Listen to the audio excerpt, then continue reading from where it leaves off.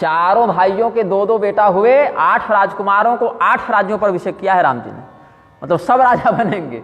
तो ये जो भगवान का संकल्प था वो भगवान पूरा किए अपने समय पर। तो कहे कि लक्ष्मण ऐसा है कि राज्याभिषेक तो हमारा हो रहा है, तुमको तो पता चल ही गया होगा, लेकिन हमको राजा बनना है नहीं, हम तो चाहते हैं तुम ही राजा बन जाओ, कम से कम भरत न सही, तुम अभी उपस्थित हो, तुम ही बन जाओ। बोले क्या बात करते हैं प्रभु, और कोई नहीं मिला फंसाने के लिए? बोले नहीं नहीं, ऐसा करना, गद्दी पर हम बैठेंगे, राज्य तुम चलाना, कर्ता और भोक्ता तुम बन जाओ, और केवल हस्ताक्षर करने के लिए निमित्त हम बन जाएंगे। इससे तुमको भी राजा होने का एक जो बल है वो प्राप्त हो जाएगा, अधिकार, हम भी राजा रहेंगे, दोनों भाई राज करेंगे साथ में मिलकर। लक्ष्मण जी बोले ठीक है प्रभु, पहले आपका हो जावे, फिर आपकी अनुमति से जो जो कार्य होगा मैं सेवक के रूप में संपादित करता रहूँगा। तो वाल्मीकि जी कहते हैं तेषां पुण्याः घोषोऽथ गंभीर मधुरस्तथा अयोध्यां पूरयामास त्वय्य घोषानुनादितः। ब्राह्मणों के द्वारा स्वस्ति वाचन हो रहा है, वाद्य यंत्र बजाए जा रहे हैं, बजनियों के द्वारा पूरी अयोध्या नगरी अत्यंत आनंद से मग्न हो गई। सब लोग मना रहे हैं कि भरत जी आ जाते तो और अच्छा होता, और भरत जी आ जाते तो कोई मामला बिगड़ता ही नहीं। तो भरत जी को भगवान चाहते नहीं है कि आए, क्योंकि तत्व दृष्टि से तो देखें, तो दिव्य दृष्टि से विचार करें तो भरत जी आ जाते तो रामगमन होने ही नहीं देते, राम वनगमन नहीं होता तो बहुत आगे घटनाएं खंडित हो जाती हैं। तो सब लोग मान रहे हैं, मना रहे हैं कि भरत जी आ जावें, और ये राज्याभिषेक उनके आने से और अधिक उत्तम उत्साह से युक्त हो जावे। भरत आगमन सकल मनावहि, आवहु बेगी नयन फल पावहि, हाट बाट घर गली अथाई, कहहि परस पर लोग लुगाई। भरत आगमनम सर्वे वांछन्ति पुरवासिनः। आनंद रामायण में वाल्मीकि जी कहते हैं कि नेत्राभ्याम भरतम दृष्ट्वा सुखम मन्यामहे मलम। और वाल्मीकि जी आर्ष रामायण में, वाल्मीकि रामायण में क्या कहते हैं? आकांक्षमाणा रामस्य यौवराज्याभिषेचनम समेत्य संघर्षः सर्वे चत्वरेषु सभासु च, कथयन्तो मिथस्तत्र प्रशंसुर्जनाधिपं, रामं कदा वा द्रक्ष्यामः प्रभातं वा कदा भवेत् इत्युत्सुकधियः सर्वे बभूवुः पुरवासिनः। कब प्रातः काल हो, कब हम राम जी का राज्याभिषेक देखें, कब स्वर्ण सिंहासन पर श्री सीता रामचंद्र जी भावी राजा और रानी के रूप में विराजेंगे, कब वह सुंदर घड़ी आएगी जब भगवान श्री रामचंद्र जी युवराज बनेंगे। सब लोग यही मना रहे हैं, लेकिन हुआ क्या? तिन्हि सोहायिन अवध बधावा, चोरहि चांदनी राति न भावा। चकोर के लिए जो रात्रि आनंददायिनी हो जाती है, चोर के लिए वही रात्रि चांदनी रात दुखदायिनी हो जाती है। कि चांदनी रात में तो चोरी करते बनेगा नहीं। तो अगस्त रामायण में क्या कहते हैं? अवधपुरी में जो ये उत्सव हो रहा है उससे पूरा ब्रह्मांड आनंदित है, केवल देवता आनंदित नहीं है। भगवान का अभिषेक हो रहा है, ठीक है, आनंद तो है ही, लेकिन अभिषेक अगर हो गया तो उससे बहुत बड़ा दुष्परिणाम हो जाएगा। हमारे प्रार्थना पर भगवान ने जो अवतार लिया उस योजना में बड़ी गड़बड़ हो जाएगी। तो अगस्त रामायण में कहते हैं विघ्नमिच्छन्ति कुटिला देवास्तानवधोत्सवः, नैवाभूत् सुखदो रात्रिं चंद्रिका संयुतामिव, चौरा दुष्यन्ति कुटिलाः प्रशंसन्ति च सज्जनाः। तो शारदा देवी को,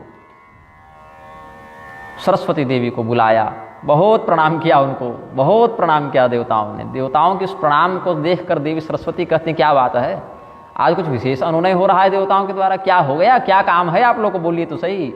शारद बोले विनय सुर करहि, शारदा देवी को सादर पूर्वक, सादरता के साथ, सादरता पूर्वक, सादर भाव से, सादर स लगा दिए इसमें, तो पूर्वक और ये सब लगाना तो पुनरुक्ति हो जाएगी।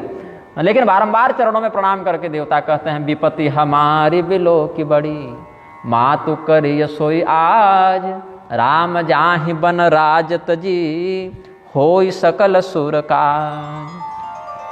एतस्मिन्नंतरे देवा देवीं वाणीमचोदयन्, गच्छ देवी भुवो लोकमयोध्यायां प्रयत्नतः, रामाभिषेक विघ्नार्थं यतस्व ब्रह्मवाक्यतः, मंथरां प्रविशस्वादौ कैकेयीं च ततः परं, ततो विघ्ने समुत्पन्ने पुनरेहि दिवं शुभे। हे मैया, हे सरस्वती मैया, कुछ कर दो, कुछ ऐसा बना दो कि राम जी का राज्याभिषेक टल जावे, कुछ ऐसा विघ्न कर दो कि भगवान जंगल चले जाएं, अपने से कह दें हमको राज्याभिषेक नहीं करवाना, भगवान अपने मुख से कह दें ऐसा कुछ कर दो। अब देवी सरस्वती को झटका लग गया, बड़ी चिंता में खड़ी हो गई, क्या करें, ये देवता कैसी मांग लेकर हमारे पास आ गए हैं भाई। ये तो ऐसा लगा जैसे कमल खिले हुए सरोवर में और उनके ऊपर बर्फबारी हो जावे, सारा कमल मुरझा जावे। अब सब देवताओं के सामने सरस्वती जी न हाँ कह पा रही हैं और न नहीं कह पा रही हैं, क्योंकि ये देवता शरणागत भाव से हमारे पास आए हैं, मना कैसे कर दें और इनको हाँ कैसे कह दे, काम बड़ा गड़बड़ बता रहे हैं ये लोग। तो देवी शारदा वहीं खड़ी रह गई, चुपचाप रह गई। तो देवता लोग थोड़ा और मनाए, बोले मैया आपको कोई दोष नहीं देगा, आप ये मत सोचिए कि कोई आपको कलंक देगा कि सरस्वती जी ने काम बिगाड़ दिया, आपको कोई दोष नहीं लगाएगा, क्योंकि भगवान श्री रामचंद्र जी स्वयं यही चाहते हैं। भगवान श्री रामचंद्र जी रावण को मारने के लिए गए हैं तो उनको भी तो वनवास जाना है ना। नारद मुनि का शाप है, भृगु मुनि का शाप है, बहुत प्रकार से ऐसा प्रबंध है, तो इसमें भी भगवान की सम्मति रहेगी, ये हम लोग सब जानते हैं। इसीलिए आप मन में अन्यथा विचार न करें, तुम जानहु सब राम प्रभाव, भगवान का प्रभाव तो आप जान ही रहे हैं। इसीलिए भगवान की ऐसी अनुमति है, सम्मति है, इसीलिए आपको कोई कलंक नहीं लगेगा। और बोले और अयोध्यावासी लोग वो गालियां देंगे मुझे, तब वो मुझे कहेंगे कि सरस्वती देवी को क्या आवश्यकता थी ऐसा विघ्न डालने की। तब ब्रह्मा जी की ओर देखा सरस्वती जी ने, क्योंकि आप अगर कह दें तो भाई ब्रह्मदेव की वाणी को कैसे टाल सकते हैं, इसलिए कह दिए कि मंथरा रामाभिषेक विघ्नार्थम जतस्व ब्रह्म वाक्यतः, ब्रह्मा जी के आज्ञा को मानते हुए, आदेश पालक आप हो जाएंगे तो आपको कोई दोष नहीं लगेगा। इसीलिए ब्रह्मा जी के वाणी को आज्ञा के रूप में ग्रहण करते हुए राम जी के अभिषेक में विघ्न डालने के लिए जाइए। तो नाम मंथरा मंदमती चेरी कैकई केरी अजस पेटारी ताहि करी गई गिरामती फेरी। मंथरा नाम की एक दासी मंदमती दासी थी। अच्छा, मंथरा भी, उसका भी राजा दशरथ से पूर्व काल का वैर था, ये सभी हरिण इत्यादि के रूप में थे अन्य रामायणों के अनुसार। तो उस समय जामाता का वध कर दिया था, कि युधाजित जी के भी कुछ प्रसंग में सब बातें आती हैं। तो उसने मरते हुए शाप दिया था कि तुमने हमारे दामाद को मारा है तो हम भी तुम्हारे दामाद को मारेंगे, ऐसी कोई घटना हमें स्मरण आ रही है। तो वही हिरणी मंथरा बनकर यहाँ पर आई है। तो इसमें मंथरा को ही बहाना बनाया, अजस पिटारी ताहि करी, अपयस की पिटारी बना दी मंथरा को। और इसके पीछे भी पहले का कारण है जिसको हम आगे के प्रसंगों में व्यक्त करेंगे। तो तथे तुक्त्वा तथा चक्रे प्रविवेशाथ मंथराम, कैकेयी जी में तो प्रवेश नहीं किया सरस्वती जी ने, मंथरा में प्रवेश किया, क्योंकि कैकेयी जी की बुद्धि को मोहित करना भी सरल नहीं था, राम जी के विरुद्ध करना सरल नहीं था। मंथरा मंदमती थी, इसीलिए उसकी बुद्धि को भ्रष्ट करना सरल था। और मंदमती को जो बुद्धिमान समझकर उससे पूछने जावे, कुछ परामर्श लेने जावे, तो कैकेयी जी तो मंथरा को बहुत होशियार समझती थी, इसीलिए कैकेयी जी को भी उस कुसंग का दुष्परिणाम भोगना पड़ा। तो देखे मंथरा नगर बनावा मंजुल मंगल बाज बधावा। मंथरा ने जब देखा कि पूरे नगर में बहुत उत्साह का माहौल है, बहुत सुंदर परिवेश है, तो मंथरा के मन में बड़ा क्षोभ होने लगा। लोगों से पूछी आखिर किस बात की इतनी खुशी है भाई, किस बात का उत्सव है। सापि कुब्जा त्रिवक्रातो प्रासादग्रमथारुहत नगरम परितो दृष्ट्वा सर्वतः समलंकृतम धात्रीं पप्रच्छ मातः किं नगरम समलंकृतम तामुवाच तदा धात्री रामचंद्राभिषेचनम। मंथरा ने पूछा, बूढ़ी माताओं से पूछा कि इस नगर को इस प्रकार से सजाया क्यों गया है। तब माता जी ने, बूढ़ी माताओं ने कहा कि श्री रामचंद्र जी का अभिषेक होने वाला है मंथरा, इसीलिए इस नगर को सजाया गया है। तो क्या हुआ, तच्छ्रुत्वा विमना भूत्वा, भगवान का अभिषेक होने वाला है ये सुनकर सरस्वती जी के संक्रमण के प्रभाव से मंथरा को बहुत बेचैनी हुई, बहुत बुरा लगने लगा। राम तिलक सुनिभा उरदाहु, हृदय जलने लगा। जिस समाचार को सुनकर समस्त लोग प्रमुदित हुए, आनंदित हुए, उस समाचार को सुनकर मंथरा बेचैन हो गई। करई विचार कुबुद्धि कुजाति होई अकाज कवन विधिराति। कैसे हो इस काम में विघ्न, यही वो सोचने लगी। और यहाँ पर कुबुद्धि और कुजाति दोनों कहा। यहाँ पर कुजाति, जाति से तो दासी थी ही, वो शुद्रा थी ही, लेकिन अगर वह भक्तिमती होती, शबरी निषाद के समान भगवान उसका भी कल्याण कर देते। लेकिन कुबुद्धि वाली कुजाति थी। कुजाति तो शबरी भी थी, निषाद भी थे, लेकिन कुबुद्धि वाले नहीं थे ना, इसीलिए वहां पर जाति के गर्हित होने से उनके मोक्ष में कोई विघ्न नहीं पड़ा, भगवान ने उनका उद्धार कर दिया। माँ भी पार्थ विपाश्रुत ये पिस्यु पापयो ने, इसके कारण भगवान ने उनका भी उद्धार कर दिया। लेकिन ये कुबुद्धि वाली कुजाति थी, इसीलिए इसका तो उद्धार उस समय संभव नहीं था। तो देखी लागी मधु कुटिल किराती, जिमि गमत कैले वो के ही भांति। जैसे किरातिनी जो होती है, भीलनी जो होती है, वो जंगल में मधु के छत्ते को देखकर सोचती है कि किस प्रकार से हम इसका अपहरण कर लें, उसी प्रकार से ये घात लगाने वाली जो मंथरा है, त्रिवक्रा है, कुबड़ी है, कुब्जा है, वो भी घात लगाने लगी कि कैसे कौन सा अवसर मिले, कौन सा बिंदु मिले कि हमें सारा का सारा काम बिगाड़ दें। तो कुटिल किराती यहाँ पर गोस्वामी जी ने कहा, किराती के पीछे भी एक गुप्त कथा है। किरातिनी की कथा क्या है? अच्छा, इसमें आगे विधि के कई किरातिनी कीन्ही, ये भी वर्णन है ना। परमात्मा ने, विधाता ने किरातिनी कर दिया, भीलनी, शिकारी की पत्नी। वो भी शिकार करेगी, जाल बिछाएगी, हिरण मारेगी, पक्षी को फंसाएगी, जो भी अपना है शिकार का दांव पेंच। तो मंथरा कुबड़ी है और कुटिल किरातिनी भी यहाँ कहा। तो जिस प्रकार से छिप कर अपने शिकार को देखते हैं, घात लगाते हैं, कई बार प्रेम पूर्वक उसको चारा भी डाल देते हैं फंसाने के लिए, उसी प्रकार से छिप कर घात लगाने वाली ये किरातिनी पहले मधुर वचनों से कई को फंसाएगी और फिर घात कर देगी, मार देगी, ऐसा सोचते हैं। तो ये भी इसमें कारण है कि क्या हुआ, कैकेयी के पिताजी जो थे युधाजित, जिनका हम स्मरण कर रहे थे, एक बार जंगल में शिकार खेलने गए। ये कथा भी हमको माताजी बचपन में सुनाती थी।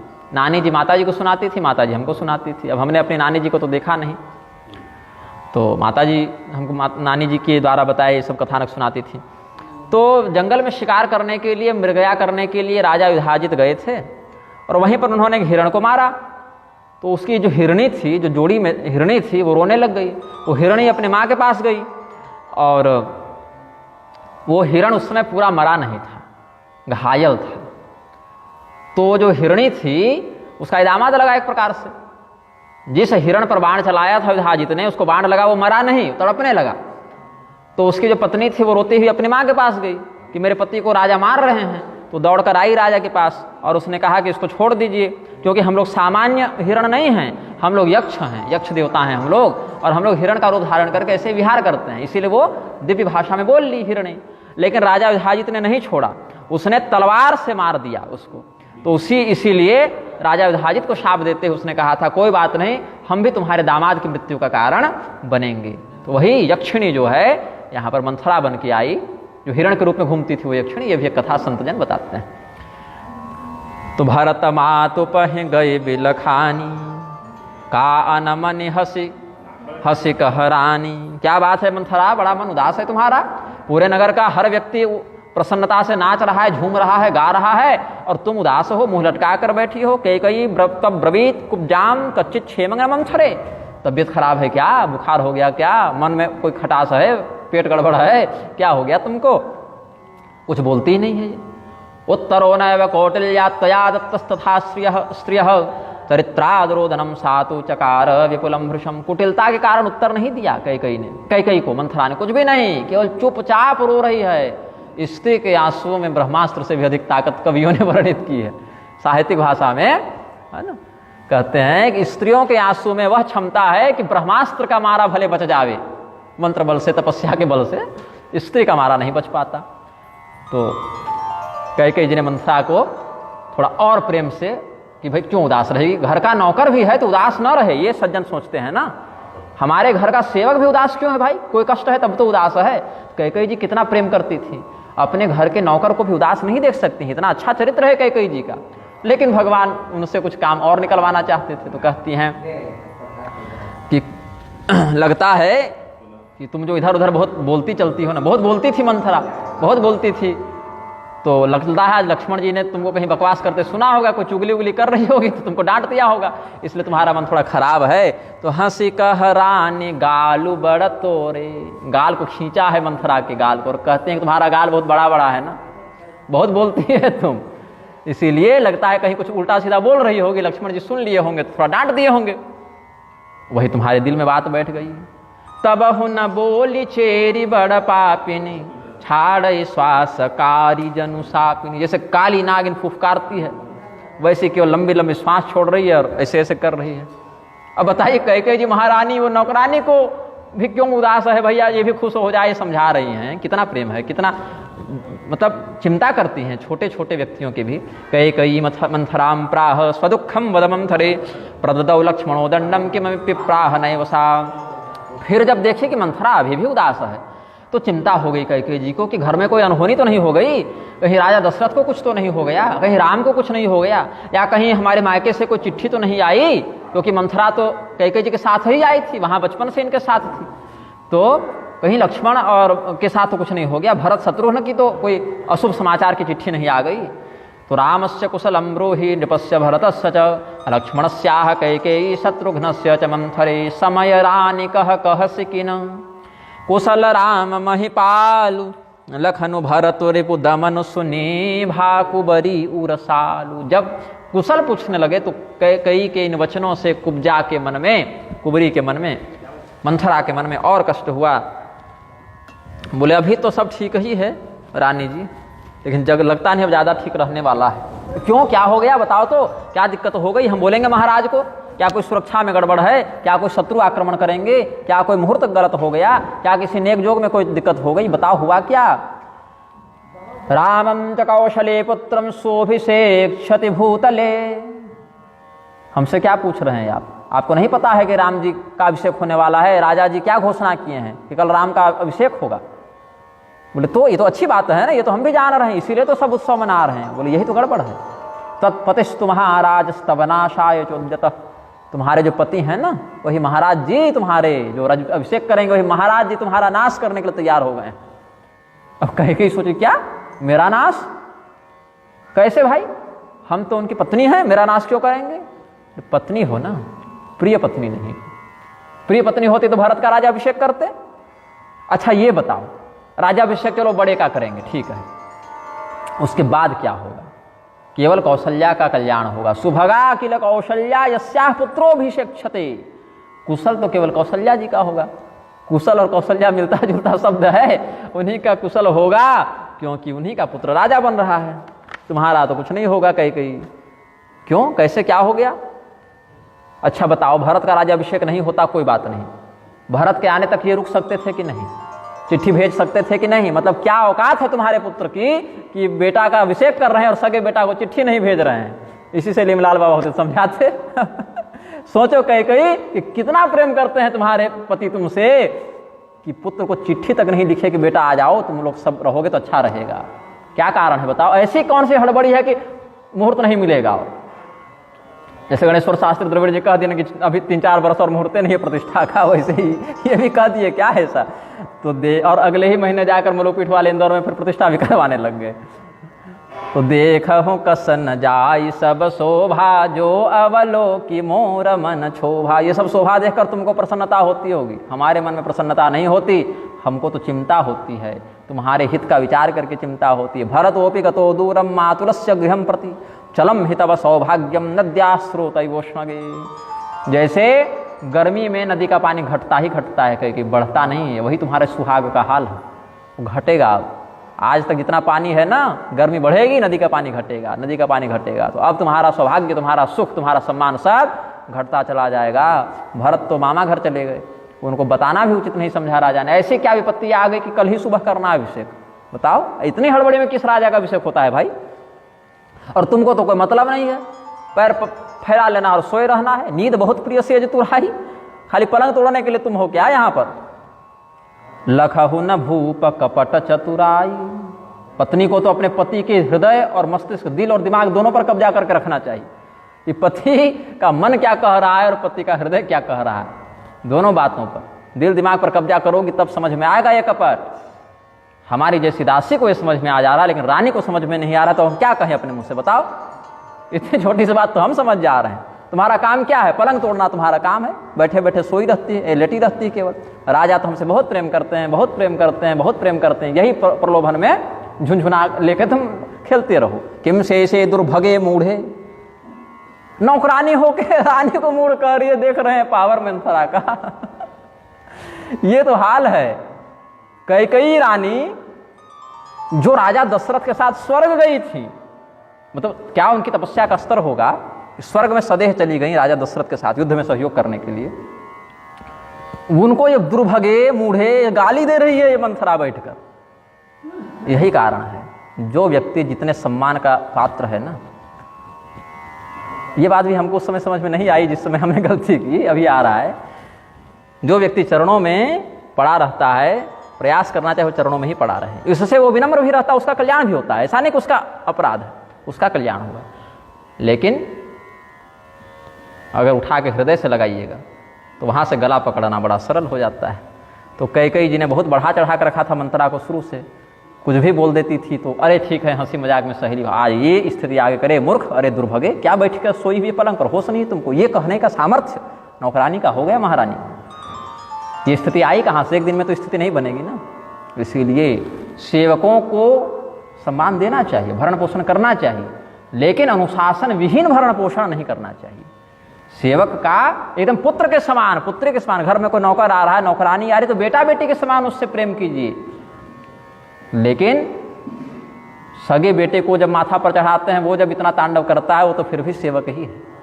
तो अनुशासन और प्रेम के मध्य संतुलन बनाने से ही दोनों पक्षों का कल्याण होता है। अनुशासन रहेगा और प्रेम नहीं रहेगा तो वह अनुशासन क्या है? अत्याचार में बदल जाएगा। और अगर प्रेम रहेगा, अनुशासन ही नहीं रहेगा, तो वो प्रेम ही अभद्रता में बदल जाएगा। ये सब नीतियाँ जीवन में सीखने का विषय है, और हमारे ऊपर भगवान की ऐसी कृपा है कि हर साल कोई ना कोई महापुरुष हमको ये सिखा ही देते हैं, और फिर भी मेरे जैसा मूर्ख सीख नहीं पाता है, क्या कहें। और आनंद लेते हैं लाल बाबा कि गुरु जी आपको कहे थे ना वो व्यक्ति आपको धोखा देगा। आप कहे बहुत अच्छा व्यक्ति है, बहुत विद्वान है पांडे जी।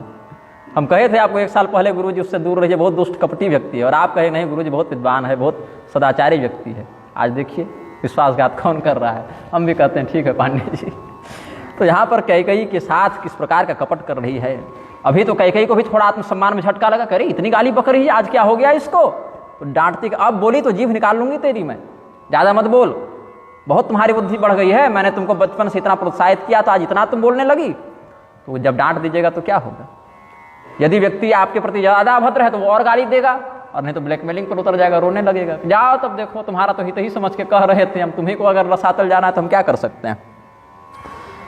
तो कहती हैं कि पुण्य सकबहु कहसी घर फोरी, घर को फोड़ने के लिए तुम आई हो, हम लोगों में भेद डाल रही हो, मेरे मन में दूसरों के प्रति दुष्ट भावना डाल रही हो, फिर अगर कहोगी ना तो जीभ कटवा देंगे तेरी कि तुम दोबारा बोल ना पाओ। थोड़ा ये भी धमकाती हैं। राजा जो है झूठे हैं ऐसा मत बोलो मेरे सामने, राजा कामी हैं ऐसा मत बोलो मेरे सामने। तो कही ना किम से दुर्भगे मूढ़े महद भयम उपस्थितम ताम तोषयन सदा राजा प्रिय वाक्यानि भाषते काम को तथ्यवादी अतथ्यवादी च ताम वाचा परितोषयन। तो कैकेयी जी ने तुरंत प्रतिकार किया, ईदृशी यदि रामेज बुद्धिस्तव समागता जिह्वायाश्छेदनम चैव कर्तव्यम तव पापिनी, कि राम के प्रति अगर तुम्हारी बुद्धि ऐसी हो गई तब तो तुम्हारी जीभ ही काट लेनी चाहिए। कैकेयी जी ने डांटा और चिढ़ाते हुए कहती हैं कि ज़्यादा बुरा ना लग जाए, काने खोरे कुबरे कुटिल कुचाली जान तिय विशेष पुनि चेर कही भरत मात मुस्कान। काना, लंगड़ा, कुबड़ा, ये सब विकलांगता ये सब कैसे होती है। अगस्त संहिता में शिव जी बताएं कि पूर्व जन्म के किए गए पाप के ही कारण ये सब विकृतियां शरीर में होती हैं। तो मैं किसी का तिरस्कार करने तो नहीं कह रहा कि मजाक उड़ा दो, क्योंकि कोई भी व्यक्ति किसी भी प्रकार के रोग से ग्रस्त हो सकता है। कोई अंधा है, कोई लंगड़ा है, कोई गूंगा है, कोई पागल है, तो वो तो अपने पाप का दंड भोग ही रहा है उस रूप में। प्रकृति ने उसके पाप का दंड दिया है उस रूप में, तो उसका मजाक नहीं उड़ाना। अभी तो प्रेरणा लेनी है कि हम ऐसा कोई पाप न करें कि हमको भी ऐसा ही कोई दंड परमात्मा दे दें। हाँ, लेकिन यह भी है कि चूंकि वह पूर्व काल में इस प्रकार का पाप कर चुका है और इस प्रकार का दंड भोग रहा है, तो उस पर हठात विश्वास भी नहीं कर लेना चाहिए। ये सब बातें हैं। तो प्रियवादिनी सिख दीन हूँ, तो वशिष्ठ रामायण में भी कहते हैं यही बात। ये वशिष्ठ रामायण से ही गोस्वामी जी ने लिया है। काणा कुब्जा पंगुजना भवंती कुटिला सदा विशेषतः स्त्रियोदास्य कैकेयी च जहास। कैकेयी जी हंसते हुए कहीं कि बुरा न लग जाए उसको। फिर कहती हैं प्रियवादिनी, तुम तो अच्छी बात बोलने वाली हो, ये गलत बात कैसे बोल रही हो, तुम तो प्रिय बोलने वाली हो, तो तुम अप्रिय कैसे कह रही हो। मैं तुम पर सपने में भी क्रोध नहीं कर सकती मंथरा। देखो ऐसा है ना, बहुत अच्छा दिन है आज मेरे लिए, तो सबसे सौभाग्य का दिन वही है जब मैं अपने प्यारे पुत्र राम का राज्याभिषेक देखूंगी। शोभनम दिनम एव स्यात् प्रियवादिनी मंगलम यदा रामाभिषेकश्च भविष्यति सुखावह सुदिन सुमंगलदायक सोई। तोर कहा फूर जेहि दिन होई, तुम्हारा कहा हुआ वचन कि राम जी का राज्याभिषेक होगा, वो जिस दिन सत्य होगा ना, उसी दिन मेरे लिए समस्त मंगल प्राप्त होगा, ऐसा समझा जाएगा। और ये तो अच्छी बात है ना कि रामो राज सुतो ज्येष्ठो यौ राज्यमतोर्हति। वाल्मीकि रामायण में भी कहते हैं कि रामो राज सुतो ज्येष्ठो यौ राज्यमतोर्हति। पुत्र हैं और बड़े हैं, कुल की दृष्टि मतलब जन्म की दृष्टि से भी राम जी बड़े भाई हैं, आचरण में भी शीर्ष पर हैं, इसलिए राम जी का राजा बनना तो प्रजा को भी प्रिय है और कुल का भी यही नियम है कि जेठ स्वामी लघु सेवक लघु भाई यह दिन कर कुल रीति सुहाई। सूर्यवंश में तो यही रीति है कि बड़ा भाई राजा बनता है, छोटा भाई उसकी सेवा करता है, और इसमें छोटे भाई को भी कोई आपत्ति नहीं है। और बड़ा भाई जब राम जैसा हो तो जो तो छोटा भाई तो ऐसे ही उसकी सेवा का लाभ लेना चाहे। तो इसीलिए ये सब जो मन में जो कचड़ा बैठा रखी हो ना, वो सब दूर करो, उत्सव मनाओ, हंसो खेलो, बहुत थक गई हो तो आराम करो, मिठाई खाओ, पानी पियो, ठंडा पानी पियो, हृदय को ठंडक लगे। और अगर और भी कुछ मांगने की इच्छा हो तो आज हम बहुत खुश हैं। कुछ उपहार मांगना चाहती हो तो मांग सकती हो, बताओ हार चाहिए, साड़ी चाहिए, कुछ बढ़िया कुछ और दें, धन इत्यादि मुद्रा दें क्या। और एक बात और बता देती हूँ, तुम ये जो कह रही हो ना कि कौशल्या और राम का एक पक्ष हो जाएगा, तुमको और भरत को निकाल देंगे घर से, ये सब मत सुनाओ हमको, क्योंकि राम जी भले कौशल्या के पुत्र हैं लेकिन प्रेम हमसे ज़्यादा करते हैं। भरत भी हमसे उतना प्रेम नहीं करते जितना प्रेम राम करते हैं। ऐसे तो कौशल्या जी के ही समान सभी माताएं उनके लिए प्यारी हैं, लेकिन हमसे उनको विशेष लगाव है। कौशल्या तो अतिरिक्तम च मम शुश्रूषते बहु। कौशल्या जी का जितना सम्मान और सेवा करते हैं हमको तो यह अनुभव होता है कि राम तो मेरी सेवा कौशल्या जी से भी बढ़कर करते हैं। राम तिलक जो साचेहु काली देहु माँ गुमन भावत आली न मे परम किंचिदतो वरम पुनः प्रियम प्रियार्हे सुवचम वचोमृतम तथा ह्यवोचस्त्वमतः प्रियोत्तरम वरं परम ते प्रददामि तं वृणु। हम तुमको तुम्हारे मन को प्रसन्न लगने वाला वरदान देंगे, तुम्हारे मन में जो भी इच्छा हो आज मांग लो। तुमने श्री राम जी के राज्याभिषेक का समाचार हमें सुनाया, भले उसके बाद में उल्टा पुल्टा बोल गई, लेकिन समाचार तो सुनाया, इसके लिए ही तुम कुछ भी मांग लो। हम पर राम जी का बहुत प्रेम है, बहुत स्नेह करते हैं, हमसे बहुत सम्मान करते हैं, और ये मैं कोई झूठ नहीं बोल रही हूँ। मेरे मन में भी राम के लिए बहुत प्रेम है, राम तो मेरे प्राण से भी ज़्यादा प्यारे हैं। अब बताओ, हम तो यही मांगते हैं विधाता से कि यदि हमारा पुनर्जन्म भी लिखा हुआ होगा हमको सीता राम के ही समान बेटा और बहू मिले। ये कैकेयी जी कहती हैं, भरतादधिको राम प्रियकृन् में प्रियं वदः कौसल्यां मां समं पश्यन् सदा शुश्रूषते हिमां रामाद भयं किमापन्नं तव मूढ़े वदस्व मां। बताओ तो तुम्हारे मन में कैसी मूर्खता व्याप्त हो गई कि तुम मुझे यह कह रही हो कि राम के राज्याभिषेक से कैकेयी को भय है, कोई संकट है, कोई हानि है। ये कैसे तुम्हारे मन में, ये खोपड़ी में ये खुराफात घूमी भाई। मैं किसी भी प्रकार के छल कपट को सुनना नहीं चाहती, तुम्हें भरत की कसम दे रही हूँ। तुम सच सच बताओ कि ये सब तुम्हारे मन में उल्टी बातें आई कहाँ से। इतने हर्ष के समय में ये सब तुम्हारे मन में उल्टी खोपड़ी चल कैसे रही है। भरत की कसम, सच सच बताओ क्या बात है। भरत शपथ तो ही सत्य कहूँ परिहरि कपट दुराव हरस समय विषमय करसी कारण मोहि सुनाओ। तो क्या हुआ, मंथरा कहती हैं क्या मांगे अब आपसे। हमारे सब मनोरथ पूर्ण हो गई रानी जी। अब तो आप कह दिए हैं कि कुछ बोलेगी तो जीभ निकाल लेंगे, तो क्या बोलें। अब तो दूसरी जीभ खोजनी पड़ेगी, दूसरी जीभ मिले तो उसको लगा के बोले। अब कछु कहा जीभ करी दूजी। एक ही बार में तो आपने हमको इतना सुंदर पुरस्कार दे दिया ना कि जीभ काट देंगे, ऐसा बोल दिया तो हम तो वहीं ठंडे हो गए, क्या मांगे। लेकिन अब मान लीजिए कि आपने पहली जीभ काट दी तो दूसरी जीभ लगाकर भी कहती हैं। भले आप जीभ काट दीजिए, लेकिन हित की बात है तो कहेंगे हम। तत्श्रुत्वा विषसादाथ कुब्जा कारण वैरिणी। कारण यहाँ पर है,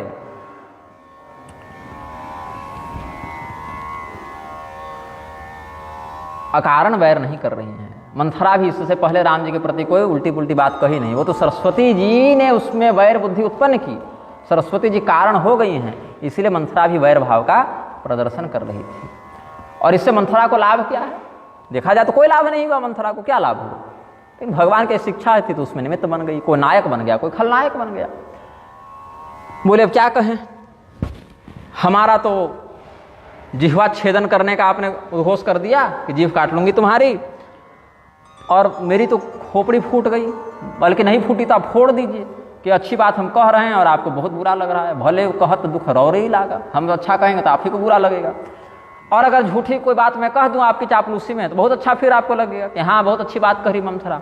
तो सुन लीजिए, अब हम जो हैं बाकी दासियों के समान आपकी चापलूसी करने लगेंगे, जो जो आपको अच्छा लगे हम हो कहब अब ठकुर सुहाती, ना हित मौन रहब दिन राती। चापलूसी तो हमसे कभी करती बनी नहीं, लेकिन अब आपको चापलूसी सुनने का मन है तो हम वही करेंगे, और नहीं करते बनेगा तो चुप रहेंगे, लेकिन आपके हित की बात अब नहीं कहेंगे। बताओ तो, भरत राजा बने चाहे राम राजा बने, हम तो नौकरानी ही रहेंगे ना, हमारा क्या लाभ है बताओ।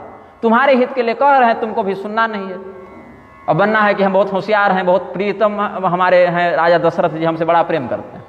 तो ठीक है, जाओ, जो तुम्हारी किस्मत में है सो होगा। हो वो नृप को वो नृप हो वो हम ही कहानी, चेरी छाड़ी अब हो बकी रानी। क्या हम नौकरानी सरानी बनने वाले हैं जो हमको इतना स्वार्थ होगा? जाओ, जब विधाता ने हमको एक बार दंडित करके कुरूप बना ही दिया, नौकरानी बना ही दिया, तो जो हमारे प्रारब्ध में होगा सो होगा, चाहे तुम जीभ काटो चाहे खोपड़ी फोड़ो। लेकिन फिर भी तुम्हारे हित का विचार करके, तुम्हारे भावी संकट का विचार करके, किसी प्रकार की समस्या तुम्हारे जीवन में न आवे, ऐसी उदारता का विचार करके हम कुछ कह रहे थे, वो भी नहीं कहेंगे। जाओ, तो भरद्वाज जी के रामायण में क्या वर्णित है? स्त्री जातित्वाच्च कैकेयी तथा क्षणिक बुद्धितः देव मायावसाद्रागी छल सम्मिलितां गिराम प्रियाम श्रुत्वा हितामत्वा विश्वासम च चकारसा। स्त्रियां जो हैं संदेह को बहुत जल्दी धारण कर लेती हैं। स्त्रियों के मन में संदेह डालना बड़ा सरल होता है। कोई बात इधर उधर के कहा सुनी कह दे तो शक बहुत जल्दी उत्पन्न हो जाता है। और कैकेयी जी क्षणिक बुद्धि वाली स्त्री थी, मतलब उनके मन में कोई भी विचार डालना बड़ा सरल था, कोई विचार निकालना बड़ा सरल था। कोई भी कुछ कहता था तो भरोसा कर लेती थी। और ऊपर से देवताओं की माया भी उस दिन उनके विरुद्ध कार्य कर रही थी। देवता भी यही चाहते थे कि उनकी बुद्धि भ्रमित हो, यह भी कारण हो गया।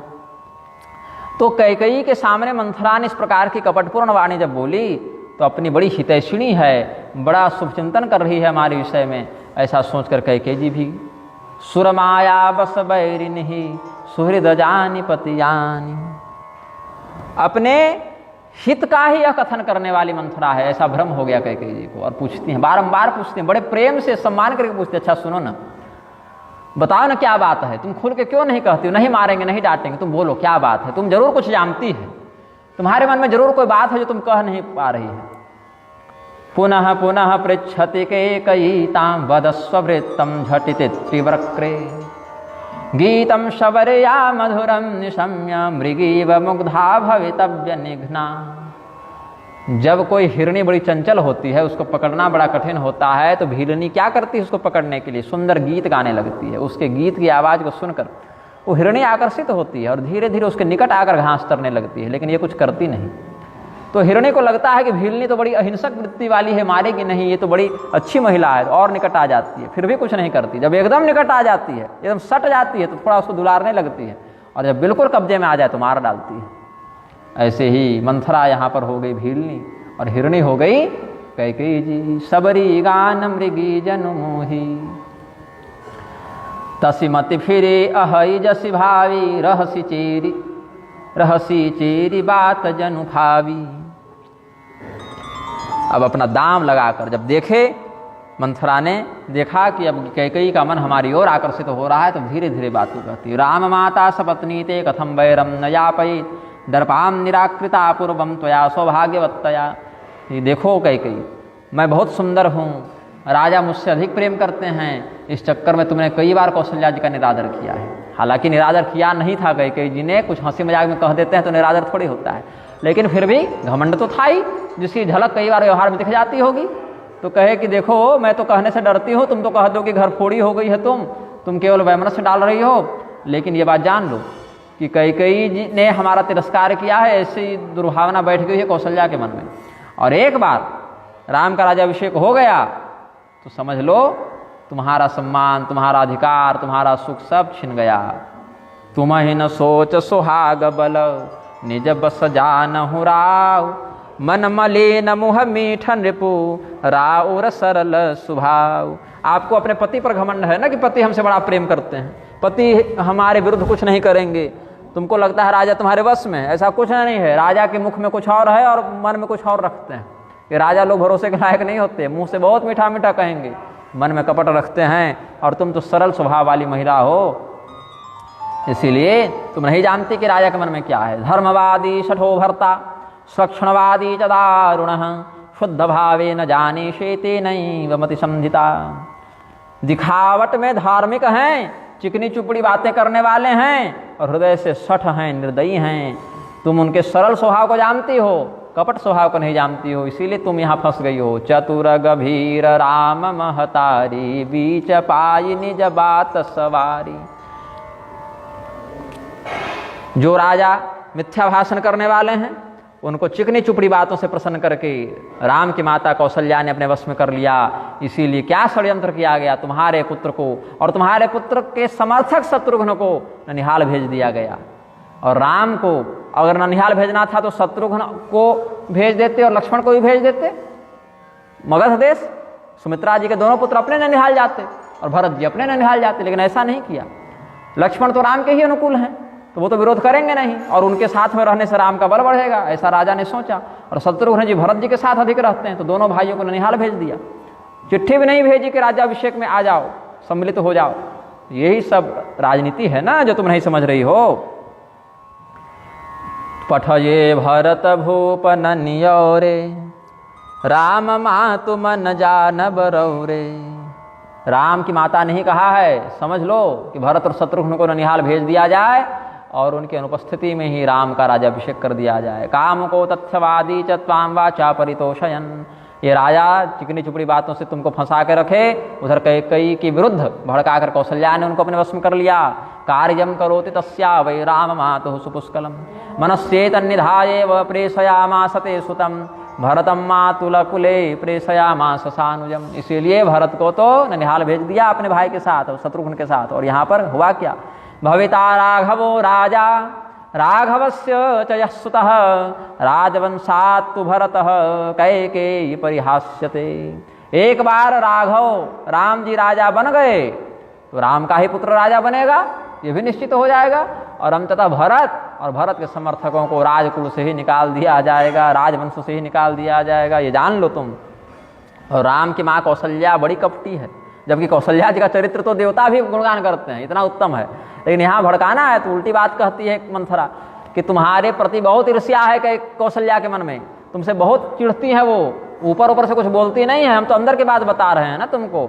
इसीलिए रचि पचि कौटिक कुटिलपना रचि पचि कोटिक कुटिलपन कीन्ह सि कपट प्रबोध कहि सि कथा सत सवती कै जेहि विधि बाढ़ विरोध। पूर्व काल में जहाँ सौतिया डाह रहा होगा जिनके घरों में, जहाँ ऐसा कोई प्रपंच हुआ होगा, उन्हीं लौकिक दुर्वृत्तांतों का उदाहरण देते हुए मंथरा ने कैकेयी जी के मन में जहर भरा। सोचा में दुर्मतिस्तम ते काहि प्राज्ञा प्रहर्षयेत् अरे सपत्ने पुत्रस्य वृद्धि मृत्युरिवागताम्। हमको तो ये समझ में नहीं आता है कि अपने सौतेले बेटे और सौत की वृद्धि को देखकर तुम खुश कैसे हो सकती हो। अन्यथा सौतन की बढ़ती देखकर, सौतेले बेटे की बढ़ती देखकर तो व्यक्ति को मर जाना चाहिए, अगर उसको प्रेम का अनुभव हो रहा है तो। मृत्युरिवागताम् भावी बस प्रतीति उर आये पूछ रानी पुनि शपथ देवाई। अब कौशल्या जी के प्रति कैकेयी के मन में जो प्रेम था वो घटने लगा, संदेह बढ़ने लगा। तो भरद्वाज जी के रामायण में क्या कहते हैं, दैव योगाधिकैकेयी मंथरां परिपृच्छति मदीयं शपथम शीघ्रं वृत्तान्तं वद मंथरे। पूछ रानी पुनि शपथ देवाई कि सही सही बताओ, मजाक कर रही हो क्या कि सही सही बोल रही हो, कहीं हमें तुम बाद में तो नहीं कहोगे अरे हम तो मजाक कर रहे थे तुम सही मान गई क्या, अरे कौशल्या जी तो बहुत अच्छी हैं, हम तो तुम्हारे हृदय की परीक्षा ले रहे थे, ऐसा नहीं कह दोगी बाद में ना, सही सही कह रही हो ना, क्योंकि देखो हम ऐसा सोचे नहीं थे कभी कि ऐसा हो जाएगा, तुम सही बोल रही हो ना, ऐसा तुमको देखो मेरी कसम है झूठ मत बोलना इस विषय में। बोले झूठ नहीं बोल रहे हैं, बिल्कुल सही कह रहे हैं, बताओ आज से पहले ऐसा हम तुमको कभी कहे तो राज्याभिषेक जैसे गंभीर विषय में क्या हम मजाक करने जाएंगे भाई, सही कह रहे हैं। यदाच रामः पृथ्वी मवाप्स्यते प्रभूत रत्नाकर शैल संयुतां तदागमिष्यत् शुभं पराभवं सहैव दीना भरते न भामिनी। राम ही तिलक काल्हि जो भयऊ तुम कह विपत्ति बीज विधि बयऊ। राम जी का राज्याभिषेक कल हुआ और जान लो कि विधाता ने तुम्हारी विपत्ति का बीजारोपण कर दिया है। तो जिस क्षण राम इस पृथ्वी के राजा बने, शैल समुद्र पर्वत आदि के राजा बने, उसी क्षण कैकेयी तुमको और तुम्हारे लड़के को भरत को जीवन भर नौकर और नौकरानी की जिंदगी बितानी पड़ेगी। जो आज हमारी स्थिति है कल तुम्हारी हो जाएगी, हमारा तुम्हारा पद सब बराबर। कैकेयी जी और डर गई। रेख खचाई कहूँ बल भाखी, भामिनी भजबु दूध कई माखी। दूध में मक्खी पड़ती है तो दूध को फेंकते हैं कि मक्खी फेंकते हैं? मक्खी को फेंकते हैं, दूध को रख लेते हैं। उसी प्रकार से कौशल्या जी दूध हो जाएंगी, राम जी दूध हो जाएंगे, और तुम और तुम्हारे पुत्र भरत मक्खी हो जाएंगे। उनको नहीं फेंका जाएगा, तुमको फेंका जाएगा। सूर्यवंश में उत्पन्न हुए हैं ना ये लोग, पहले ऐसा नहीं हुआ है क्या? सगर का नाम पता है तुमको? सगर राजा का नाम सगर कैसे पड़ा? कौन थे सगर? राम जी के पूर्वज थे। भगीरथ के पिता थे दिलीप, दिलीप के पिता थे अंशुमान, अंशुमान के पिता थे असमंजस, और असमंजस के पिता थे सगर। ये उनकी वंशावली है, राम जी के ही पूर्वज हुए ये सब। सगर जी का नाम सगर कैसे पड़ा? और मुनि की कृपा से, आशीर्वाद से सगर जी की माता गर्भधारण की थी, मतलब बच्चा नहीं हो रहा था, तो राजा बाहुक अपनी 2 पत्नियों के साथ गए थे, और भी पत्नियां थी साथ में, जिसमें 2 प्रधान थी। ऐसे सगर की भी 2 पत्नियां प्रधान थी, जिसमें एक से असमंजस नामक पुत्र हुए थे और एक से 60,000 पुत्र हुए थे। वही 60,000 पुत्र जो हैं कपिल मुनि के साप से भस्म हुए थे, जिनका उद्धार करने गंगा जी आई थी। ये सब कथा पुराणों में प्रसिद्ध है। तो वहां पर सौतिया डाह के कारण अपनी गर्भवती सौतन को जहर दे दिया था इन लोगों ने, बाकी रानियों ने। तो और वो मुनि अपने तपोबल से कृपा करके उस गर्भ की रक्षा किए थे। तो बच्चा जब जन्म लिया ना, तो जहर के साथ ही पैदा हुआ। तो गर कहते हैं जहर को, गर या गरल, जहर को कहते हैं। गरल सुधार को करई मिताई, आगे है ना प्रसंग में। तो गर या गरल कहते हैं विष को, विष के साथ ही उत्पन्न होने के कारण राजा का नाम पड़ गया सगर। और राजा सगर ने पूरे भारत भूमि से म्लेच्छों को खदेड़ दिया, सबको दंडित किया, भयंकर दंड दमन चक्र चलाया, और पूरे भारत में सनातन धर्म का झंडा लहराया था राजा सगर ने। चक्रवर्तियों में हुए हैं राजा सगर, बहुत दिव्य प्रताप। लेकिन हुआ क्या था, जब गर्भ में थे तो जहर देने के लिए विदेश से लोग आए थे। अरे घर की सौतन ने जहर दिया था ना, अपने कुल खानदान की तो बात है, भूल गई? बोले अरे ठीक कहती हो तुम। और छोड़ो, उनसे पहले क्या हुआ? कश्यप जी के पुत्र, सूर्य जी के पुत्र, मनु जी के पुत्र, इक्ष्वाकु के वंश में हम लोग हुए हैं ये लोग। कद्रू और विनीता जो पत्नियां थी कश्यप जी की, उनमें भी सौतिया डाह था। कद्रू ने कैसा छल कपट करके विनीता को कष्ट दिया। वही विनीता देवी गरुड़ जी की माँ हैं और सर्पों की माँ कद्रू हैं। ये लोग में भी बहुत झगड़ा चला था। तो इसीलिए कहती हूँ कि कभी कभी सुन लिया करो हमारी बात। भले नौकरानी है हम, लेकिन थोड़ा बहुत दिमाग हमारे पास भी भाई, कभी जो कहते हैं सुन लिया करो। तो जो हाल विनीता का कद्रू ने किया था ना, नौकरानी बनाकर रखा था कि नहीं? और कश्यप जी क्या दासित्व से मुक्त कर पाए थे? नहीं कर पाए थे। तो क्या राजा दशरथ तुमको दासित्व से मुक्त कर देंगे, दास्य भाव से मुक्त कर देंगे? नहीं कर पाएंगे। इसीलिए दूध में पड़ी मक्खी के समान तुमको फेंक दिया जाएगा, और अगर यहाँ भी रखेंगे तो नौकरानी बनाकर रखेंगे। और बहुत ज्यादा विरोध करोगे तो क्या होगा? भरत को उठा के जेल में डाल देंगे। और लक्ष्मण तो राम के पक्षधर हैं ही, तो उनकी बढ़िया बात हो गई। कद्रु बिनीत दीन दुखो तुम्हें कौशला देव, भरत बंदी गृह से हही लखनु राम के नेव। भरतो राघवस्याग्रे किंकरो वा भविष्यते, विवास्यते वा नगरात् प्राणिर्वा हास्यते चिरात्। त्वं तु दासीव कौशल्यां नित्यं परिचरिष्यसि। कितनी गलत बात कह दी मंथरा ने कि भरत तो राम के नौकर बन के रह जाएंगे। और अगर थोड़ा सा भी भरत ने कुछ ऊपर नीचे काम कर दिया तो उनको नगर से ही निकाल दिया जाएगा, घर से बाहर सड़क पर भेज दिया जाएगा, देश निकाला दे दिया जाएगा। और फिर भी ये लोग शांत रहने वाले नहीं हैं। हमको तो पूरा विश्वास है कि फिर भी ये लोग नहीं दंडित करना छोड़ेंगे, जान भी मार सकते हैं। प्राणिर्वा हास्यते चिरात्, राम तो भरत की हत्या तक करवा सकते हैं। अब इससे अधिक क्या कह दे बताइए? तुम और तुम्हारा, तुम तो स्त्री हो, तुमको तो नहीं मारेंगे, लेकिन नौकरानी बनाकर कौशल्या रखेगी जीवन भर। तुम तो दासी व कौशल्याम नित्यम परिचरिष्यसि। अब ये सुनना था कि पैर हाथ कांपने लगे, थरथरी बेहोशी छाने लगी, कैकेयी जी की आंखों के आगे अंधेरा छा गया। जो होने वाला है ऐसा जो बताई सब आंखों के सामने दिखने लगा। इसी महल में हम झाड़ू पोछा कर रहे हैं, कौशल्या जी की रोज सेवा करनी पड़ रही है, हमारा बेटा 2 समय की रोटी के लिए तरस रहा है। ये सारे दृश्य इतना गजब वर्णन कर दिया मंथरा ने कि कैकेयी जी को लगा कि वो स्थिति हमारी आ गई, मतलब अब हम हो गए वैसी दुर्गति में, और कांपने लगी, थरथराने लगी। तो ये हालत देख के मंथरा ने दांतों तले जीभ दबा दी कि मर न जावे ये। हमने तो इतना इसको बता दिया है और इसको भय लग रहा है, कांप रही है, इसको दौरा पड़ रहा है, कहीं कहीं मर गई तो मेरा काम बिगड़ जाएगा। तो एवं मुक्ता तो कई क्रोधे न ज्वलिता आनना, पहले तो कई क्रोध से जो है सो भस्म होने की स्थिति में आ गई, बहुत ज़्यादा वो व्यथित हो गई कि अरे मेरे पीठ पीछे इतना बड़ा षड्यंत्र रचा जा रहा है, हमको पता नहीं, बताओ इतना अनर्थ मेरे साथ होने जा रहा था। फिर धैर्य धारण करके बोले, सुन मंथरा बात फुरतोरी, दाहिन आँखें नित फरक मोरी। ठीक कहती हो, हमको भी पता नहीं क्यों दाहिना आँख बहुत फड़कता हुआ अनुभव हो रहा था। अब दाहिना आँख फड़क रहा था मंथरा के चक्कर में कि सावधान रहना, ये अपशगुन आने वाला है, राम जी बन जाएंगे, भरत जी नंदीग्राम में रहेंगे, दशरथ जी मृत्यु प्राप्त होंगे, तो ये तो अमंगल हो गया ना इन लोगों के लिए। इसका संकेत करने के लिए दाहिनी आँख फड़क रही थी, ये सोच ली कि ये अपशगुन तो हमारे दासी बनने के कारण हो रहा है। तो कहते हैं तुम ठीक कहती हो मंथरा, जरूर ऐसी बात है, क्योंकि देखो ना हमारी दाहिनी आँख भी फड़क रही थी और रात दिन हमको बुरे बुरे सपने आ रहे हैं, पता नहीं क्यों। बताओ तो अगर कोई अमंगल नहीं होने वाला था तो हमको ऐसा क्यों हो रहा था? लेकिन क्या कहें, हम इतना भोले कि समझ न सके कि क्या होने वाला है। देखिए आज तक तो हम किसी का बुरा किए नहीं, और सच में नहीं किए थे कैकेयी जी किसी का बुरा। अपने चलतन आजू लगी अनभल काहु कदीन, कि ही अग एक ही बार मोहि दैन्य दुसह दुख दीन। कि आज तक तो हमने किसी का बुरा नहीं कहा, बुरा नहीं किया, किसी के साथ गलत व्यवहार नहीं किया, किसी को सताया नहीं। फिर पता नहीं कौन से पाप के कारण विधाता ने आज इतना बड़ा दुख हमको एक ही साथ दे दिया। पुलस्त रामायण में कहते हैं, मंथरे दैव योगेन मे विपत्ति समागता, स्वकीयम विविधम दुखम प्रिय किम ते ब्रवीम्यहम। हे मंथरा, पता नहीं हमारे भाग्य में क्या चल रहा है, कितना बड़ा दुख हमारे जीवन में आ गया, तो अपने इस दुख को हम तुमको क्या बताएं, कैसे बताएं। नहीं हर जन्म भर बरु जाई, जियतन कर बिसवती सेवकाई, अरे बस दैव जियावत जाहि, मरण ने कते जीवन चाही। अतोपि मरणम श्रेयो यत् सपत्न्या पराभवः, सौत की सेवा करते हुए जीवन बिताने से अच्छा है कि हम आज ही मर जाएं। और अगर कहो आत्महत्या पाप है तो नैहरा चले जावे, मायके चले जावे, नैहर में जाकर हम जीवन बिता दें, लेकिन जीते जी सौत की सेवा तो नहीं होगी हमसे।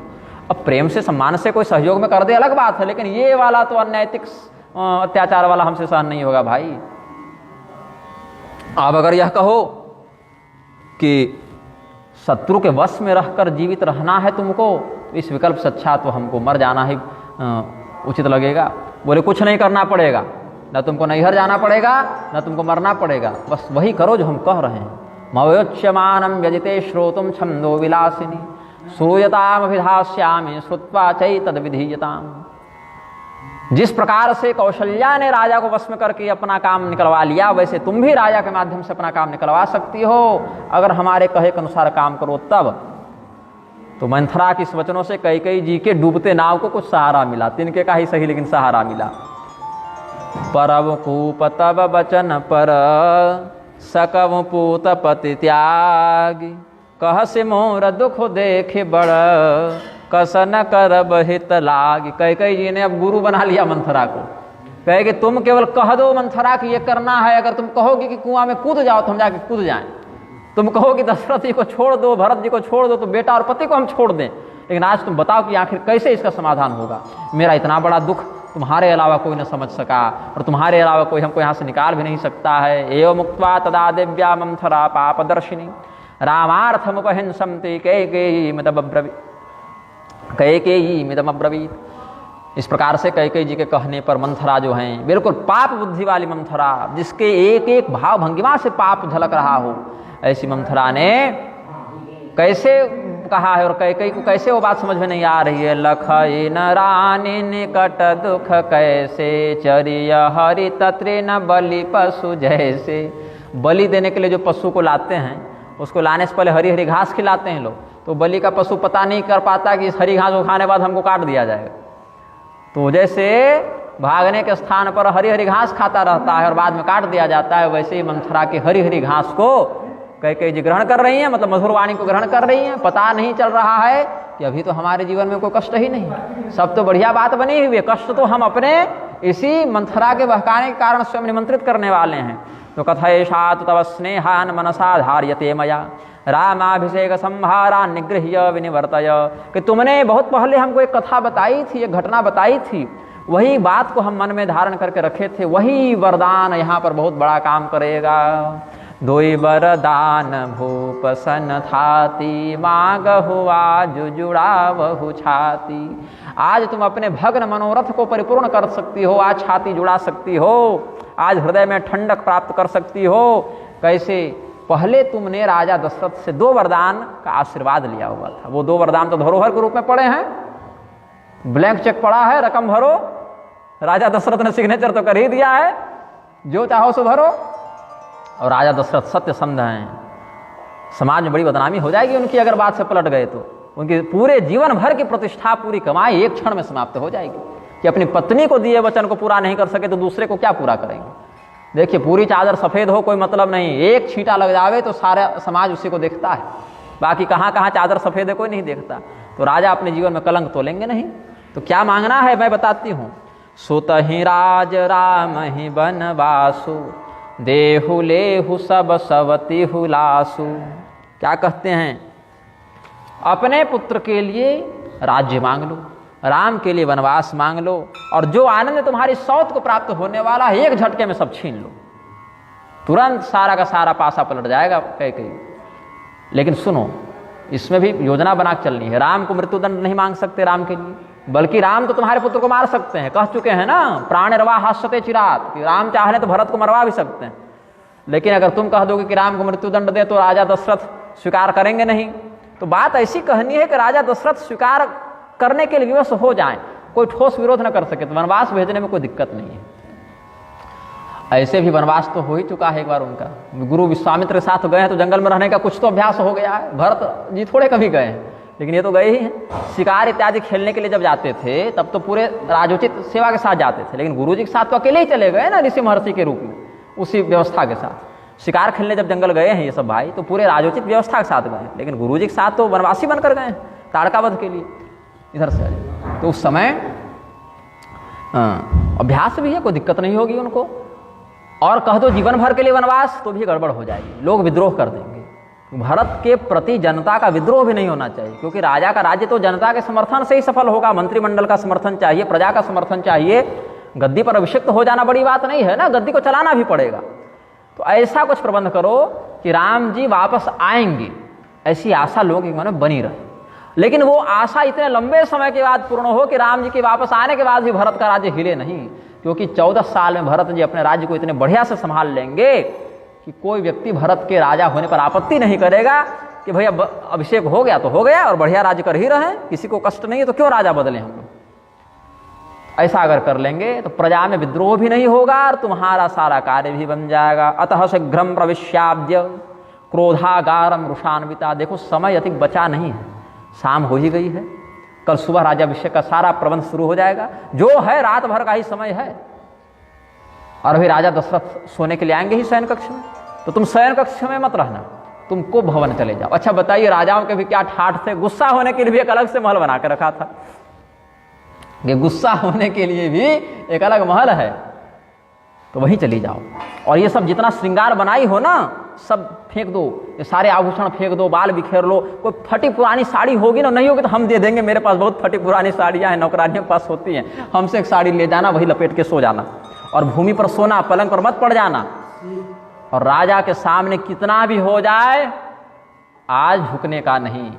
आज झुक गई तो जीवन भर कौशल्या के सामने झुकना पड़ेगा। आज चाहे जो हो जाए, राजा दशरथ जो हैं तुम्हारे वचनों पर हाँ कह दें, और नहीं कहेंगे देख लेना। पहले तो मना करेंगे तो सुनो, पहले ही मत मांग लेना, पहले उनसे राम की कसम ले लेना कि कसम खाइए राम जी की कि जो मैं मांगूंगी सो देंगे, तो फंस जाएंगे। बताइए राजा दशरथ के पीठ पीछे कितना बड़ा षड्यंत्र था। अतः शीघ्रम प्रविश्याद्य क्रोधागारम रुषान्विता विमुच्य सर्वाभरणम सर्वतो विनिकीर्यत भूमावेव शयानात्म तुष्णेमातिष्ठ भामिनी। चुप रहना, ज्यादा मत बोलना, जितना विषय उतना ही बोलना। ज्यादा बोलोगे तो राजा दशरथ से ज्यादा तुम्हारे पास दिमाग नहीं है, वो अपनी मोहिनी बातों में तुमको फंसा लेंगे। कह देंगे कि अच्छा ठीक है भरत का राज्याभिषेक कर देते हैं, लेकिन राम को जंगल भेजने की आवश्यकता है, राम को रहने दो। क्या राम जी का राज्याभिषेक पर भरत को जंगल भेज रहे थे? नहीं ना। तो भरत के राज्याभिषेक पर राम को क्यों जंगल भेजे? और तुम फंस जाओगी। तो चुप रहना, बोलना केवल जब बोलना यही 2 वरदान के बारे में बोलना, और इधर उधर ज्यादा मत बोलना, तुम कम बोलना अधिक सुनना, और जब बोलना तो बिल्कुल दृढ़ता से बोलना। यावत सत्यम प्रतिज्ञाय राजाभिष्टम करोति ते, जब तक राजा एकदम सत्य सौगंध न खा लें, कसम न खा लें, तब तक ज्यादा मत बोलना। तामाह कैकयी दुष्टा कुतस्ते बुद्धिर्दृशी एवं त्वाम बुद्धि संपन्नाम न जाने वक्र सुंदरी। बोला री कुबड़ी, तुम कुबड़ी नहीं, तुम बड़ी सुंदरी हो। अच्छा ये पाई कहाँ से बुद्धि तुम? कुतस्ते बुद्धिर्दृशी, ऐसी बुद्धि तुम्हारी आई कहाँ से? अरे हमको पता रहता कि तुम इतनी बुद्धिमान हो, बुद्धिमती हो, तुमको हम अपने प्रधान मंत्रणा करने वाली सखी बना लेते, क्या तुमको नौकरानी में रखते? तुम IAS IPS के पोस्ट की लायक हो, चपरासी बनी घूम रही हो यहाँ पर, इतनी बुद्धि तुम्हारे पास है, तुमको तो हम सलाहकार बना के रखते, गजेटेड ऑफिसर हो जाती तुम अभी तक, तुम नौकरानी बनी हुई हो। भरत हो यदि राजा में भविष्यति सुतः प्रिय ग्रामान छतम प्रदास्यामी ममत्वम प्राण वल्लभा। अगर तुम्हारी योजना काम कर गई न मंथरा, अगर मेरा पुत्र राजा बन गया और राम वनवास चले गए, तो कल से तुम 100 गांव की जमींदार नहीं, ये नौकरी छोड़ दो, तुमको 100 गांव की जमींदारी हम तुरंत देंगे। ग्रामान छतम प्रदास्यामी, आज तुम मेरे लिए प्राणों से प्यारी हो गई हो। तो फिर बहुत प्रकार से इस प्रकार कहते हुए मंथरा का सम्मान किए, बहुविधि। अच्छा उसको 100 गांव मिले कि नहीं मिले ये आगे वर्णन नहीं हुआ, क्योंकि भरत जी राजा बने नहीं, मतलब विधिवत राज्याभिषेक तो करवाए नहीं अपना, वो बेचारी का जमींदारी धरी रह गई, बड़ा धोखा हो गया इसके साथ। तो बहुविधि चेरहि आदर देई कोप भगवन गवनी कैकेयी इत्युक्त्वा कोप भवनम प्रविश्य सहसा रुषा। और क्या किया? जो जो सिखाया गया था सब किए, आभूषणों को फेंक दिया, मलिन वस्त्र पहन लिए, भूमि पर बाल बिखेर के सो गई। विमुच्य सर्वाभरणम परिक्रिय समं ततः भूमौ शयाना मलिना मलिनांबरधारिणी विपत्ति बीज बरसा ऋतु चेरी भूमि भय कुमति कैकयी केरी। विपत्ति रूपी बीज को कहाँ बोया गया? कैकयी रूपी भूमि पर बोया गया, और यहाँ मंथरा की दुर्बुद्धि वर्षा के समान हो गई। और जब कपट रूपी जल इसमें पड़ा, अंकुर जब इसमें उगा, तो ये जब इसमें फल लगे, वो दोनों फल दुख रूपी परिणाम को ही, मेहनत का फल तो मीठा होता है, लेकिन कपट का फल दुख हो गया यहाँ पर। अब इधर अपना सब उत्सव मना रहे थे, अयोध्यावासिन सर्वे मंगलाचार संयुता, सब मंगलाचरण कर रहे थे, अपना जिसको जैसे उत्सव मनाना था मना रहे थे। राजा दशरथ भी अपना सब काम करके एक प्रविश ही एक निर्गम ही भीर भूप दरबार। बहुत से लोग महल में घुस रहे हैं, बहुत से लोग निकल रहे हैं, पूरा हुजूम है समाज का, पूरा जन समुदाय है, अद्भुत भीड़ है। और भगवान के जो बाल सखा हैं बड़े आनंदित हो रहे हैं, 10-5 का समूह बनाकर राम जी के पास जाकर भगवान को बधाई दे रहे हैं कि वाह कल आपका राज्याभिषेक हो जाएगा, कुशल तो हैं, भूख ज़्यादा तो नहीं लग रही है मित्र, गुरुजी उपवास करने कहे हैं ना, भूख ज़्यादा तो नहीं लग रही है। कोई मजाक करते हुए कहते हैं गुरुजी ने ब्रह्मचर्य धारण करने कहा है, सीता जी को ज़्यादा मत देखिएगा। तो मित्र लोग अपने हिसाब से श्रृंगार प्रधान, हास्य प्रधान ये सब विनोद करते हैं। रामाभिषेक माकर्ण्य प्रसन्ना 5 सखायो रामचंद्रस्य ब्रजंती हरिसन्निधिम तत्प्रेम निर्मलम दृष्ट्वा करोत्यत्यादरम प्रभु गिरा मधुरया तेषाम कुशलम परिपृच्छति। ये सब हुआ। फिर राम जी कहे कि चलो ठीक है, अब अपने अपने घर तुम लोग जाओ, हमको भी गुरुजी ज़्यादा बोलने नहीं कहे हैं भूमि में शयन करना, उपवास करना, मौन रहना अधिक से अधिक, और ये सब व्रत जितेंद्रियता के साथ रहना। तो भगवान से सब लोग भेंट मुलाकात करके फिर गए हैं। रामाज्ञया निवर्तम ते मंदिरम च परस्परम रामचंद्र प्रशंसां च कुर्वन्तः सखी सुंदरा श्रीराम सदृशः कोपि प्रेम निर्वाहको भुवि नाभुन्न भावे नास्त्येव सत्यशीलनिधि। प्रभु प्रेम करने वाले से भी प्रेम करते हैं राम जी, और जो प्रेम नहीं करता उससे भी प्रेम कर लेते हैं राम जी। भगवान का प्रेम निस्वार्थ है, कोई कम भी प्रेम करे तो उससे भी बहुत अधिक गुणा भगवान प्रेम करते हैं। तो प्रेम का जो, स्नेह का जो मर्म है, उसके निर्वाह की जो मर्यादा है, वो राम जी के बढ़कर कोई नहीं जानता। तो को रघुबीर सरिस संसारा शील स्नेह निवाहन हारा। सभी लोग यही मांग रहे हैं, शिव जी से वरदान मांग रहे हैं कि हम चाहे जिस भी योनि में जावें, जिस भी स्थान पर जन्म हो, हमें श्री सीतापति रामचंद्र जी का ही स्वामित्व, वही हमारे स्वामी बने, उन्हीं की सेवकाई हमको प्राप्त हो। भगवान श्री सीतापति रामचंद्र जी ही हमारे स्वामी हो, ऐसा सब लोग मांग रहे हैं। हम सेवक स्वामी सिय नाहु होवु नात यही ओर निबाहु कर्माधीनम यत्र कुत्रापि जीवकोटौ जन्मास्माकमत्यद्भुतं स्यात् स्वामी सीतानायकः सेवका स्मः सर्वत्रेत्थं शंकरं प्रार्थयन्ते। अब पूरे नगर में सब लोग इसी उमंग और उत्साह में है, केवल कैकेयी जी के मन में बड़ा कष्ट है। वो भी मंथरा ने जो कपट वृत्ति डाल दी उसके कारण कैकेयी जी के मन में बड़ा कष्ट है। को न कुसंगति पाई न साई रही न नीच मते चतुराई। हमारे दो सुहृद थे स्वामी जी, और दोनों सुहृद जब तक हमारी संगति में रहे तब तक रामानुजाचार्य जी, रामानंदाचार्य जी, शंकराचार्य जी सबकी प्रशंसा करते थे, आचार्यों का सम्मान करते थे। अब बाद में हमारी संगति छूटी, कुछ कुसंगति में पड़ गए तो रामानुजाचार्य जी, रामानंदाचार्य जी को ही नास्तिक और अवैष्णव कह के उनकी निंदा करने लगे। अब बताइए, अगर रामानुजाचार्य और रामानंदाचार्य ही वैष्णव नहीं हो पाए तो और कौन वैष्णव बन पाएगा भाई इसमें तो जब तक हमारी संगति में थे तब तक तो उन आचार्यों का सम्मान करते थे, प्रणाम करते थे।